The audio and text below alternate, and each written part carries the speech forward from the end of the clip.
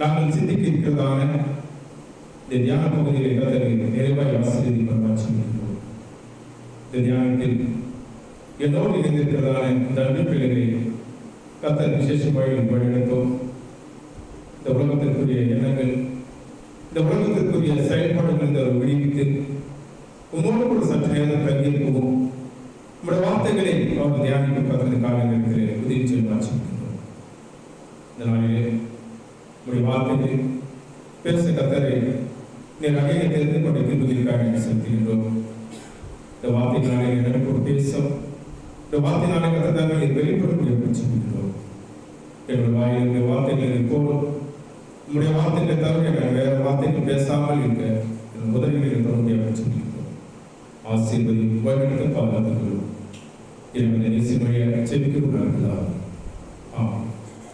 கர்த்தருக்கு பிரியமானவர்களே, ஆண்டவராகிய இயேசு கிறிஸ்துவின் இனிய நாமத்திலே உங்களை வாழ்த்தி நான் வரவேற்கிறேன். உங்கள் யாருக்கும் மீண்டுமாக இந்த காலை நேரத்தில் ஸ்தோத்திரத்தை தெரிவித்துக் கொள்கிறேன். மீண்டுமாக ஆண்டவரோடு இணைந்து அவருடைய நாமத்தை புகழ்வோம், அவருடைய வார்த்தைகளை தியானிக்கும். இந்த நாளிலே நாம் அழைக்கப்பட்டிருக்கின்றோம். இந்த நாளில் கூட நம்முடைய தென்னிந்திய திருச்சபை சென்னை பேராயத்தினாலே நம்முடைய தியானத்திற்காக கொடுக்கப்பட்டிருக்கிறதான தலைப்பு அருட்பணி இரக்கத்தின் செயல் வடிவம். அருட்பணி இரக்கத்தின் செயல் வடிவம். ஏன் இந்த தலைப்பை இன்னைக்கு நாம் சிந்திக்க அழைக்கப்படுகின்றோம்? ஏன் இந்த தலைப்பை நம்ம கொடுத்துருக்குறாங்க? எதனா ஐடியா இருக்குதா? இந்த ஞாயிற்றுக்கிழமை என்ன ஞாயிறு? இது என்ன ஞாயிறு? நற்செய்தி ஞாயிறு. என்ன ஞாயிறு? நற்செய்தி ஞாயிறு. இந்த நற்செய்தி ஞாயிறுல ஒரு அழகிய தலைப்பை நாளில சிந்திக்கும்படியாக நம்முடைய தென்னிந்திய திருச்சபையில் இப்படிப்பட்டதான ஒரு அழகிய தலைப்பை நமக்கு கொடுத்திருக்கிறார்கள். இந்த நற்செய்தி ஞாயிறு என்பது எதை மையமாக வைத்து நாம் கொண்டாடுகின்றோம்? நமக்கு இப்போ மிஷன் ஃபெஸ்டிவல்லாம் வரப்போம். எதை நாம் மையமாக வைத்து கொண்டாடுகின்றோம்? நம்முடைய காங்கிரிகேஷன் இல்லை மிக சிறப்பாக இப்படிப்பட்டதான தலைப்புகளை நம்மளுக்கு சிந்திக்க ஒரு அழகிய தருணங்களை நம்மளுக்கு ஏற்படுத்தி கொடுத்திருக்கிறது. குறிப்பாக இன்னைக்கு நாம் சிந்திக்கிறதான தலைப்பு நற்செய்தி பணி, அருட்பணி குறித்து நாம் சிந்திக்க நாம் அழைக்கப்படுகின்றோம். அருட்பணி என்ன? இங்கே பாருங்க, இங்க பாருங்க. அருட்பணி என்ன? முதலாவது என்ன? அருட்பணி என்பது என்ன? ப்ளூமி ஏதோ சொன்னாங்க. ஆண்டவருடைய வார்த்தையை சொல்றதா? சரி. அப்புறம் சின்ன பிள்ளைங்க சொல்றாங்க, பெரியவங்க நம்ம யாரும் என்ன பண்ண மாட்டோம், சொல்ல மாட்டாங்க. தப்போ ரைட்டோ, தப்போ ரைட்டோ நம்ம என்ன பண்ணோன்னா அது சொல்லணும். சொன்னால் தான் நம்மளுக்கு இங்கே உட்காந்து இருக்கிறோம் அப்படின்றதுக்கு ஒரு அர்த்தம். நம்ம கவி மற்றவர்கள் மீது இரக்கம் வைக்கிறது ரொம்ப அழகாக சொல்கிறாங்க. ரைட், வரைக்கும் ரைட். அருட்பணி என்பது ஆண்டவருடைய வார்த்தைகளை சொல்றதுன்னு பிள்ளைங்க சொன்னாங்க. சகோதரி கவி அவர்கள் மற்றவர்கள் மீது இரக்கம் காட்டுதல். சரி, ரைட்டு. அப்புறம்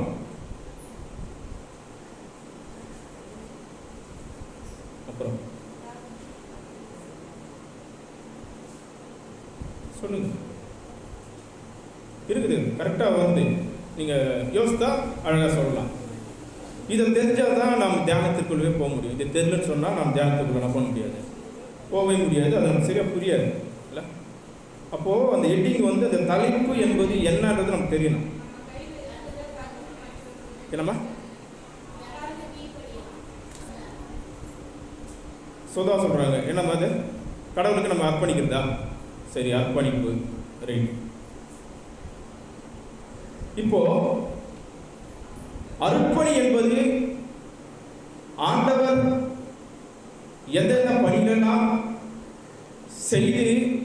கடந்து சென்றிருக்கிறாரோ அந்த பணிகளை நாம் தொடர்ந்து செய்கின்றதான பணிகள். இந்த உலகத்தில் வாழ்ந்தபோது இறைமகனாக இயேசு அநேக பணிகளை என்ன பண்ணியிருக்கிறார், செய்திருக்கிறார். அப்படிப்பட்ட பணிகளை நாம் என்ன பண்ணலாம், அதை மீண்டுமாக அதை பின்தொடர்ந்து மற்றவர்களுக்கு அந்த பணிகளை நம்ம செய்யணும். என்னென்ன பணிகளெல்லாம் செய்தார் ஆண்டவராக இயேசு கிறிஸ்து? என்னென்ன பணிகளை செய்தார்? என்னென்ன பணி செஞ்சாரு? டக்குன்னு சொல்லுங்க, யோசிக்கூடாது. ரொம்ப யோசிக்கிறீங்க நீங்க. இப்போ புதுசாக நீங்க கேட்குற விஷயம் கிடையாது. இதெல்லாம் ஒவ்வொரு வருஷமும் இந்த தலைப்புகளை நம்ம தியானிக்கின்றோம். இது புது தலைப்பு கிடையாது. ரைட், வெரி குட், சூப்பராக சொல்றீங்க பாரு. என்ன பணிகள் செய்யறாரு? யாரெல்லாம் வியாதிப்பட்டு இருந்தார்களோ அவர்களுக்கு என்ன பண்றாரு?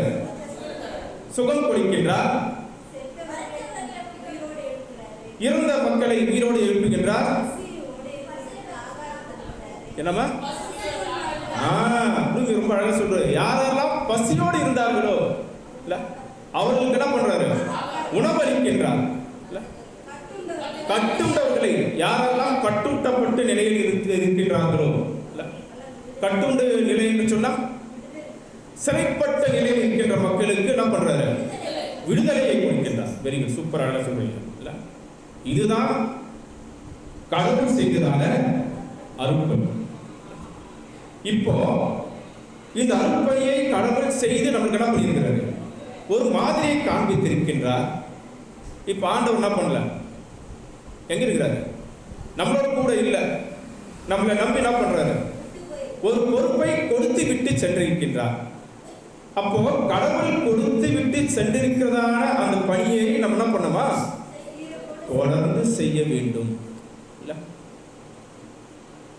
நம்ம ஒரு வார்த்தை அதிகமாக சொல்லுவோம். என்ன வார்த்தை சொல்லுவோம்? மிஷினரி என்கின்றதான ஒரு வார்த்தையை நம்ம பயன்படுத்துவோம். மிஷினரி என்ற வார்த்தை எப்படிப்பட்ட வார்த்தை? அது தமிழ், அதுக்கு என்ன பொருள்? மிஷினரி என்றால் என்னமா? மிஷினரி என்று சொன்னால் அனுப்புதல் என்று பெயர். அனுப்புதல் சரியான பதம், தமிழாக்கம். மிஷினரி என்று சொன்னால் அனுப்புதல். எதற்காக அனுப்புதல்? யாரை அனுப்புதல்? மிஷினரி என்று சொன்னால் அனுப்புதல் சொல்லிட்டேன். எதற்காக அனுப்புதல்? யாரை அனுப்புதல்? ஆண்டவர் விட்டு சென்ற பணிகளை எடுத்து செல்வதற்கு அனுப்பப்படுகிறதான ஒரு மனுஷன் தான் யாரு? மிஷினரி. கடவுள் எந்த பணிகளை அவர் விட்டு சென்றாரோ அந்த பணிகளை மீண்டுமாக யார் ஒருவர் எடுத்து செல்கின்றாரோ அந்த மனுஷனுடைய பேர் தான் மிஷினரி. அப்போ மிஷினரி என்று நாம் சொல்கின்றவர்கள் யார் என்று சொன்னால், கடவுள் விட்டு சென்ற பணிகளை மக்களிடத்திலே அவர் என்ன பண்ண எடுத்துட்டு போயிட்டார், சேர்க்க வேண்டும். கடவுள் எந்த பணிகளை விட்டு சென்றார் என்று சொல்லி ஒரு சில காரியங்களை நீங்கள் சொன்னீர்கள், சில பணிகளை நீங்கள் சொன்னீர்கள். அப்போ கடவுள் விட்டு சென்ற பணிகளை எந்த மனிதன் மக்களோடு கூட அதை எடுத்து சென்று சேர்க்கின்றானோ அந்த மனிதன் பேர் தான் யாரு? மிஷினரி. இன்னைக்கு நம்முடைய பகுதியில் அநேக மிஷினரிகள் இப்படிப்பட்ட காரியங்களை செய்து கொண்டு வந்தார்கள். குறிப்பாக அநேக மிஷினரிகள் வந்திருக்கின்றார்கள். ஒரு சிலரை உங்களுக்கு நான் கோரிக்கை காட்டி நான் கடந்து செல்ல ஆசைப்படுகின்றேன். 1793 ஒரு மிஷினரி வருகின்றார். அவர் யாருன்னு சொன்னா வில்லியம் கேரி என்கின்றால ஒரு மிஷினரி. யாரு? William carry. எப்போ வரான்னு சொன்னா 1793, 1900 கிடையாது, 1793 வராது. இவரு செய்ததான பணிகள் என்று சொன்னால், யாரெல்லாம் அடிமைப்பட்டு இருந்தார்களோ அந்த மக்களை மறுவாழ்வு கொடுப்பதற்காக அவர் தன்னை முழுவதுமாக நம்முடைய இந்திய தேசத்திலே அவர் என்ன பண்றாரு, அர்ப்பணிக்கிறதான ஒரு மனிதராக பார்க்க முடியும். குறிப்பாக அந்த நாட்களிலே தீண்டாமை என்பது தலைவிரித்து ஆடிக்கொண்டிருந்ததான ஒரு காலகட்டங்கள். தீண்டாமைன்னா என்னது? என்னதுமா? ஜாதி வேறுபாடு. அடுத்தது மதம். தீண்டாமைக்கு நல்ல ஒன்று அர்த்தம் முடியுது. மனுஷனை என்ன பண்ணக்கூடாது? தொடர்றதே இல்லாது பாவம், தீட்டு இல்ல, அன்டச்சபிலிட்டின்னு சொல்லுவாங்க இல்ல. ஒரு மனுஷனை தொடர்றதே இல்லை, பாவம்.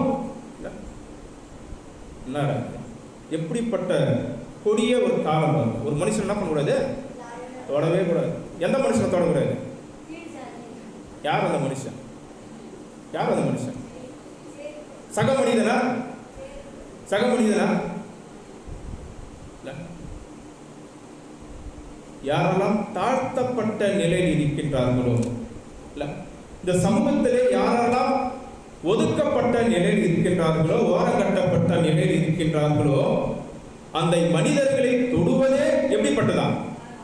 பாவம், தீட்டு என்று சொல்லி அந்த நாட்களிலே அப்படிப்பட்டதான ஒரு கட்டமைப்பு இந்த சமூகத்திலே வேறொன்று இருந்ததான காலம். அப்படிப்பட்ட நேரத்திலே அவர்களுக்கு எதிராக குரல் கொடுத்ததான மனுஷர் யாருன்னு சொன்னா இந்த வில்லியம் கேல். இவர் யார்? இவர் ஒரு மிஷனரி. இன்னைக்கு நம்ம நினைச்சுக்கிறோம், இன்னைக்கு அநேகம் சொல்றாங்க இல்ல, இந்த ஆர்எஸ்எஸ் கும்பல்லாம் சொல்றேன்னு சொன்னா, மிஷனரிகள் என்று சொன்னா எதுக்காக வருகிறான்னு சொன்னா, எதுக்காக வந்தாங்களா? மத மாற்றத்துக்கு வந்தான்னு சொல்லி இன்னைக்கு என்ன பண்றாங்க? கூட்டம் இன்னைக்கு ஒரு தவறான செய்தியை இன்னைக்கு என்ன பண்றாங்க? மக்கள் மத்தியிலே பரப்பி கொண்டு இருக்கின்றார்கள். மிஷனரிகள் மத மாற்றம் செய்ய வந்தார்களா? அப்படி மத மாற்றம் செய்திருந்தா இன்னைக்கு இந்திய தேசம் முழுவதும் எப்படி இருந்திருக்கணும்? கிறிஸ்தவர்களாக இருந்திருக்க வேண்டும். நல்லா புரிஞ்சுங்க. மிஷனரிகளுடைய பணி எப்படிப்பட்டதான பணி? அவங்களுடைய குறிக்கோள் மத மாற்றம் செய்கிறது அவர்கள் குறிக்கோளா இருந்ததா? கொஞ்சம் சிந்தித்து பார்க்கலாம்.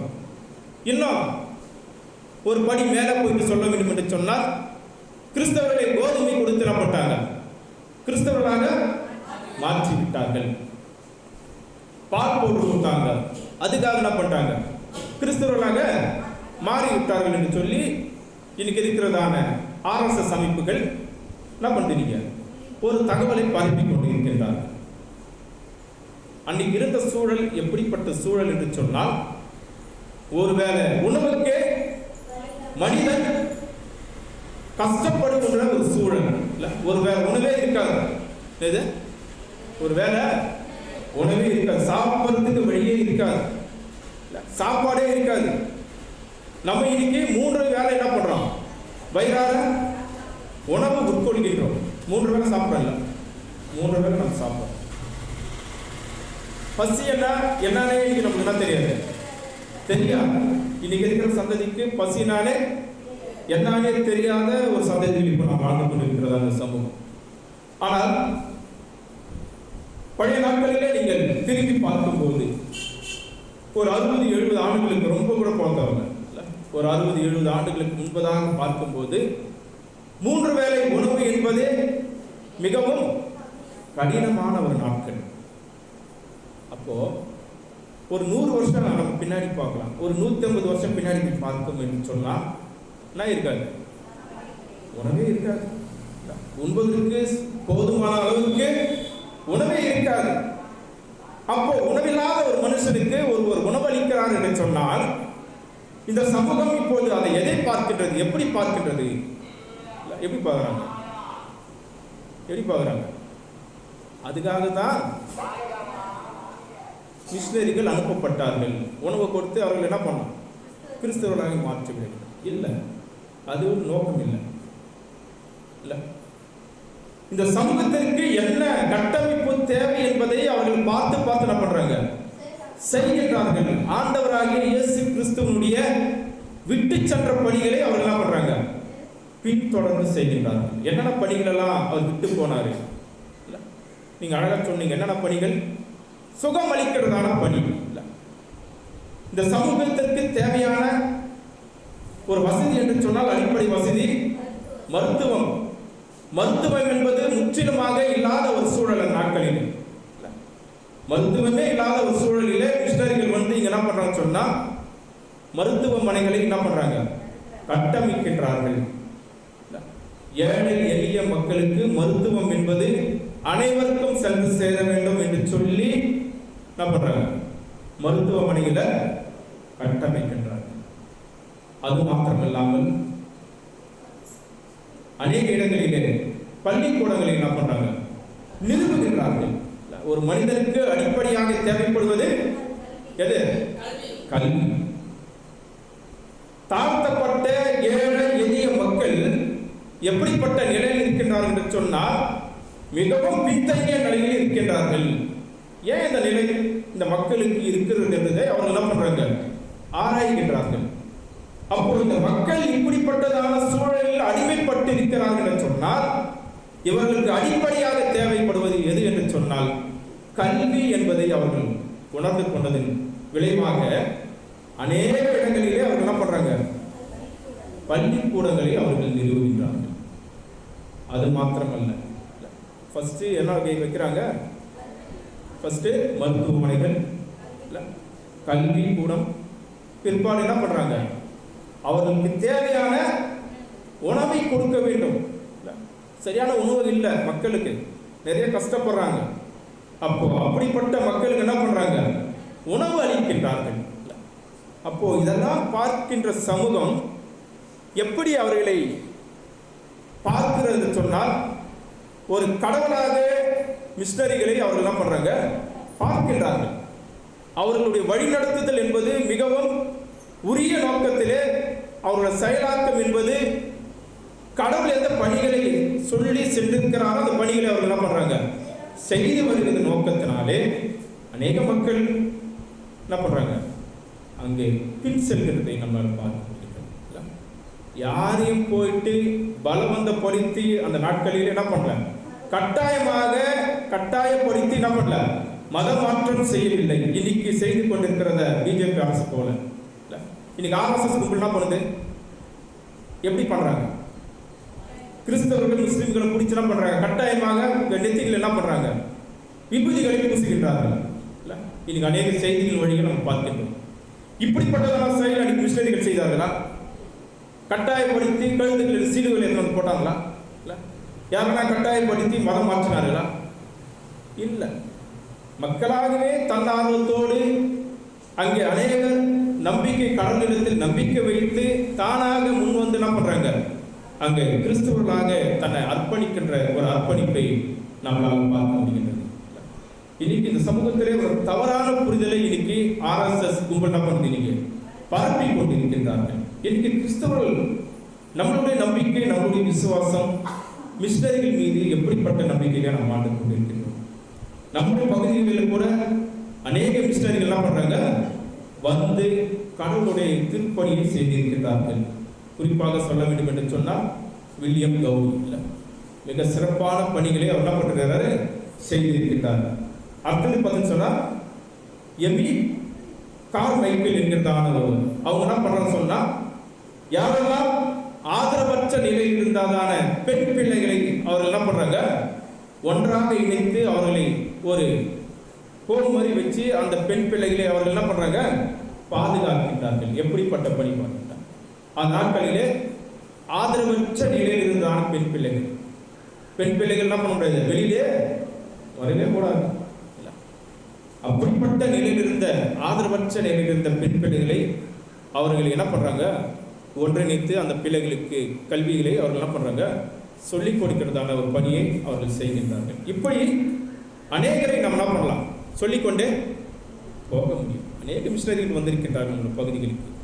அப்போ இந்த மிஷனரிகளை நம்ம என்ன பண்ண இன்னைக்கு நினைவு கூற வேண்டும். அவர்கள் செய்ததான பணிகள் என்பது எப்படிப்பட்ட பணிகள் என்று சொன்னால், கடவுள் எந்த பணிகளை அவர் என்ன பண்றாரு, விட்டு சென்றாரோ அந்த பணிகளை இன்னைக்கு என்ன பண்றாங்க, தொடர்ந்து செய்து கொண்டிருக்கின்றார்கள். இன்னைக்கு இந்த அருட்பணி என்று நாம் சொல்லிக் கொள்கின்றதான இந்த சொல் நாம் எதை நாம் சிந்தனைக்குள்ளாக மாற்றுகின்றது. அருட்பணி என்று சொன்னால் நம்ம என்ன நினைக்கிறோம் சொன்னா, நான் நினைக்கிறேன் நீங்க அருட்பணின்னு சொன்னா ஒரே ஒரு வார்த்தையில முடிச்சிடறோம். என்ன வார்த்தையில முடிச்சிடறோம், கடவுளுடைய வார்த்தைகளை சொல்லுவது. அருள்பணி என்று சொன்னால் கடவுளுடைய வார்த்தைகளை சொல்வது அப்படின்னு சொல்லி மிகவும் குறுகலான ஒரு பார்வையிலே அருள்பணியை நம்ம பார்த்து விடுகின்றோம். இல்லை அருட்பணி என்பது ஒரே ஒரு சொல்லுல நிறுத்துகிறதான ஒரு சொல்லு அது கிடையாது. அதற்கு பின்னால் நாம் பார்த்தோம் என்று சொன்னால் அநேக கஷ்டங்கள் இருக்கிறது, அநேக துன்பங்கள் இருக்கிறது, அநேக சகிப்புகள் இருக்கிறது என்பதை நாம் என்ன பண்ணோம், புரிந்து கொள்ள வேண்டும். மிஷினரிகள் இங்கே வந்திருக்கிறார்கள் என்று சொன்னால், வந்து சென்றிருக்கிறார்கள் என்று சொன்னால், அவர்கள் பட்ட கஷ்டம் என்பது கொஞ்சம் நஞ்சமல்ல. ஏதோ செல்வத்தின் மத்தியில் அவர்கள் வந்து என்ன பண்ணல, மக்களுக்கு அப்படிப்பட்ட நன்மையான காரியங்களை செய்யவில்லை. அவர்கள் மிகவும் கஷ்டத்தின் மத்தியில் வீட்டு வேலை செஞ்சிருக்கிறவங்க கூட என்ன பண்ணிக்கிறாங்க, இங்கே மிஷினரியாய் வந்திருக்கின்றார்கள். இப்போ அவர்கள் பின்னணி என்பது நாம் சற்று திரும்பி பார்க்க வேண்டும். மிஷினரியோட வாழ்வு என்பது நாம் நினைக்கிற மாதிரி ஒரு ஆண்டவருடைய வார்த்தைகளை சொல்லிவிட்டு செல்வது தான் மிஷினரி என்று சொல்லி நம்ம என்ன பண்ணக்கூடாது, கடந்து விட முடியாது. அதுக்கு பின்னாடி இருக்கிறதான அநேக மறைப்பொருளை நம்ம என்ன பண்ணோம், கண்டு கொள்ள வேண்டும். இந்த நாட்களிலே கடவுள் அப்படிப்பட்டதான ஒரு செயலாக்கத்தை நம் மத்தியில் இன்னைக்கு இந்த நற்செய்தி ஞாயிறு வாயிலாக இன்னைக்கு நமக்கு என்ன பண்றாரு, அதை சொல்லிக் கொடுக்கின்றார். இந்த நாளிலே நாம் சிந்தித்ததான இந்த பகுதிகளை நாம் சற்று திருமறை சார்ந்து நாம் சிந்திக்க அன்பாக கேட்கின்றேன். அருட்பணி என்பது இரக்கத்தின் செயல் வலிமை என்று சொல்லி நமக்கு தலைப்பை அங்க இடத்துல கொடுத்திருக்கின்றார்கள். இந்த இரக்கம் என்கிறதான வார்த்தை இன்னைக்கு மக்களிடையே இல்லாத ஒரு சொல்லா போயிடுச்சு. இரக்கம் என்பதே இன்னைக்கு ஆயிடுச்சு, யாருக்கிட்டுமே இல்லை. மற்றவர்கள் மீது நாம் இரக்கப்படுகின்றோமா? கொஞ்ச நாள் யோசித்து, இரக்கம் எங்கிருந்து வர வேண்டும்? இரக்கம் எங்கிருந்து வரணும்? எது இருந்தால் தான் இரக்கம்? அவ்வளோதான். எங்கே அன்பு இருக்கிறதோ அந்த இடத்துல தான் இரக்கமும் கனிவும் பரிவும் இல்லை எல்லாமே வரும். அப்போ இன்னைக்கு எது இல்லாமல் போய்விட்டது என்று சொன்னால், அன்பு என்கின்றதான அந்த செயல்பாடே நம் மத்தியில் இல்லாத போச்சு. இன்னைக்கு இந்த சமூகம் எப்படிப்பட்ட நிலையில் இருக்கிறது என்று சொன்னால், அன்பு இல்லாத ஒரு சமூகமாக இந்த சமூகம் நம்ம இருக்குது, மாறிக்கொண்டிருக்கிறது. பிறர் மீது நம்மளுக்கு என்ன இல்லைன்னு சொன்ன அன்பு இல்லாததுனால இரக்கம் இல்லாம இன்னைக்கு நாம் எப்படி இருக்கிறோம்னு சொன்னா, கடினமான இருதயத்தோடு இன்னைக்கு நம்ம என்ன பண்றோம், வாழ்ந்து கொண்டிருக்கின்றோம். கிறிஸ்தவர்களுடைய நிலை இன்னைக்கு எப்படி இருக்குதுன்னு சொன்னா, நாம் எப்படி இருக்கிறோம், அன்பு இல்லாம இரக்கமற்ற நிலையிலே இன்னைக்கு நம்ம இருக்கிறோம். இல்லை, நம்மகிட்ட இரக்கம் இருக்குதா? இரக்கம் இருக்குதா? பிறர் மீது நாம் இரக்கம் காட்டுகின்றோமா? நாம் நிறைய வச்சுருக்கிறோம், எவ்வளோ வச்சுருக்கிறோம். இல்லாதவர்கள் மீது நாம் இரக்கப்பட்டு அவர்களுக்கு உதவுவதற்கு நாம் முன் வருகின்றோமா?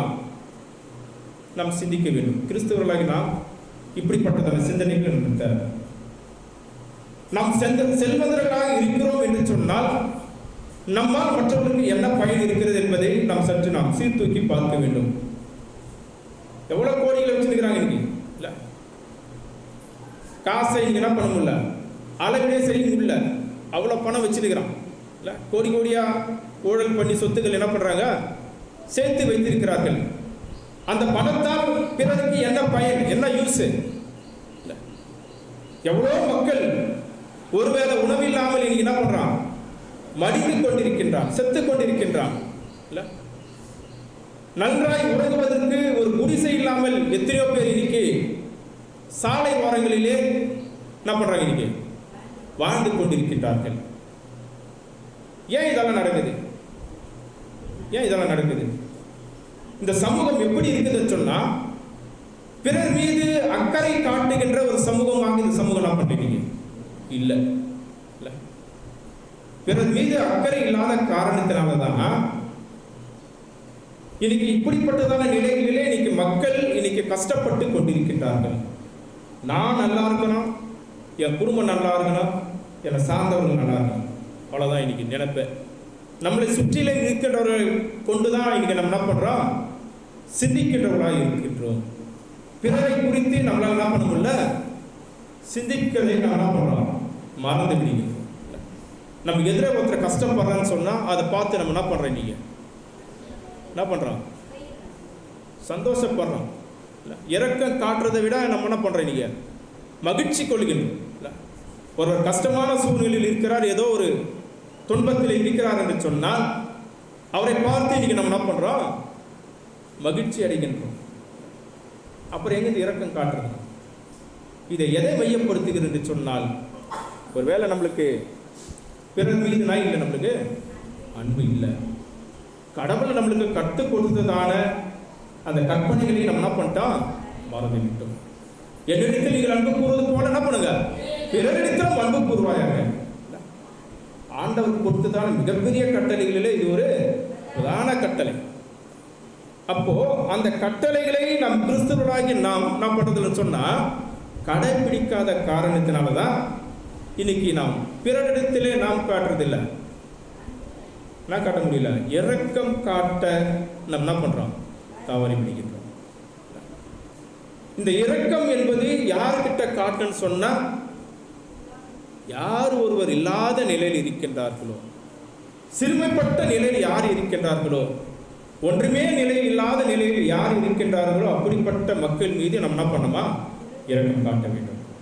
இப்படிப்பட்டதான ஒரு தன்மை நம்மளுக்கு வருமா? ஏன் வரல? அது யார் காரணம்? யார் காரணம்? இந்த சமூகத்தின் மீது நமக்கு இருக்கிறதுதான். இந்த சமூகத்தின் மீது நம்மளுக்கு இருக்கிறத பார்வை என்ன?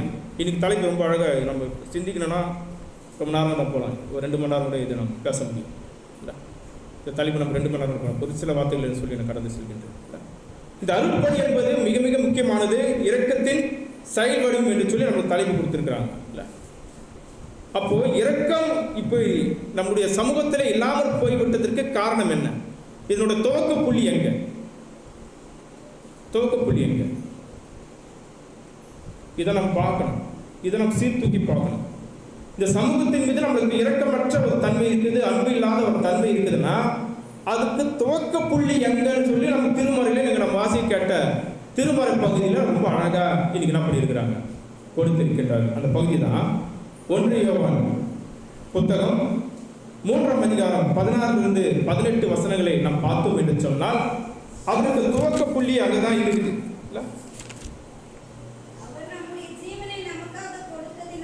அன்பு இல்லதென்று அறிந்திருக்கிறோம். நாமும் 15வது வசனத்தை வாசிங்க.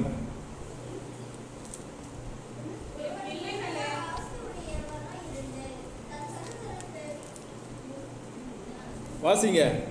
நாம் சகோதரர்களிடத்தில் அன்பு கூறுகிறபடியினால் மரணத்தை விட்டு நீங்கி 15வது வசனம் 14 15 வாசிங்கம்மா. நாம் சகோதரரிடத்தில் மரணத்தை விட்டு நீங்கி ஜீவனுக்குட்பட்டிருக்கிறோம் என்று அறிந்திருக்கிறோம். சகோதரரிடத்தில் அன்பு கூறாதவன் மரணத்திலே நிலை கொண்டிருக்கிறான். தன் சகோதரனை பகைக்கிற எவனும் மனுஷ கொலைபாதகனாயிருக்கிறான். மனுஷ கொலைபாதகன் எவனோ அவனுக்கு நித்திய ஜீவன் கிடைக்கிறான் என்று அறிவீர்கள். பாருங்க, இங்க ரொம்ப அழகா சொல்றாரு.